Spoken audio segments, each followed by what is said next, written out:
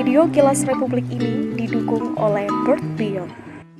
Selaku termohon 1, termohon 2-nya adalah Kepala Kejaksaan Negeri Jombang selaku termohon 2, kemudian termohon 3-nya adalah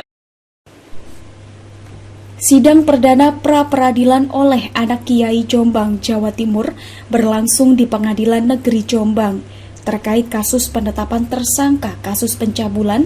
Kamis pagi berlangsung dengan pengaman ketat dan tertutup. Namun dalam sidang hanya dihadiri kuasa hukum pemohon dan termohon.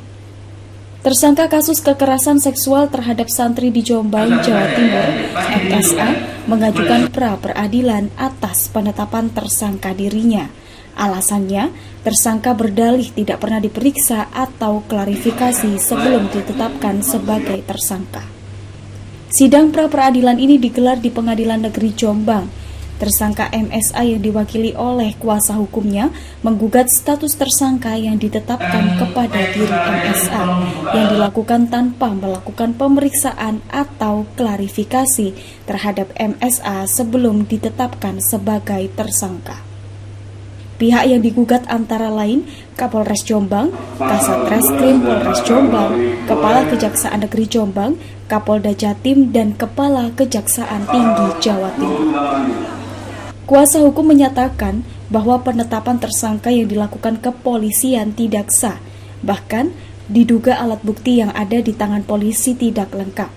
Karena hingga 2 tahun setelah ditetapkan tersangka, kasus ini beberapa kali ditolak jaksa karena tidak lengkap.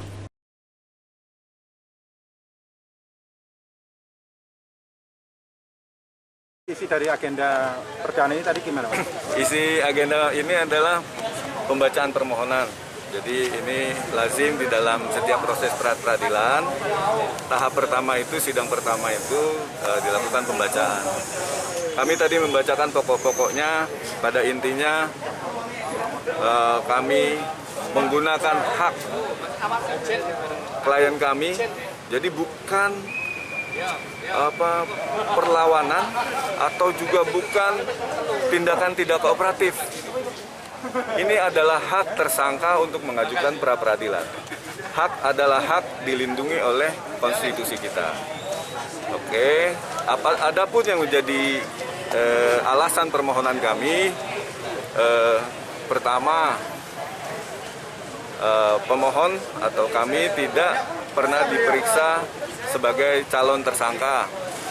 Bagaimana suatu proses peradilan tindak pidana dilakukan dari awal sudah tidak objektif, hanya mendengarkan pihak dari sebelah saja, tidak kedua belah pihak. Oleh karena itu kita mendapati fakta sekarang bahwa penyidikan perkara ini berlangsung sangat lama dari 2019 sampai dengan 2022. Tim Kilas Republik melaporkan dari Jombang, Jawa Timur.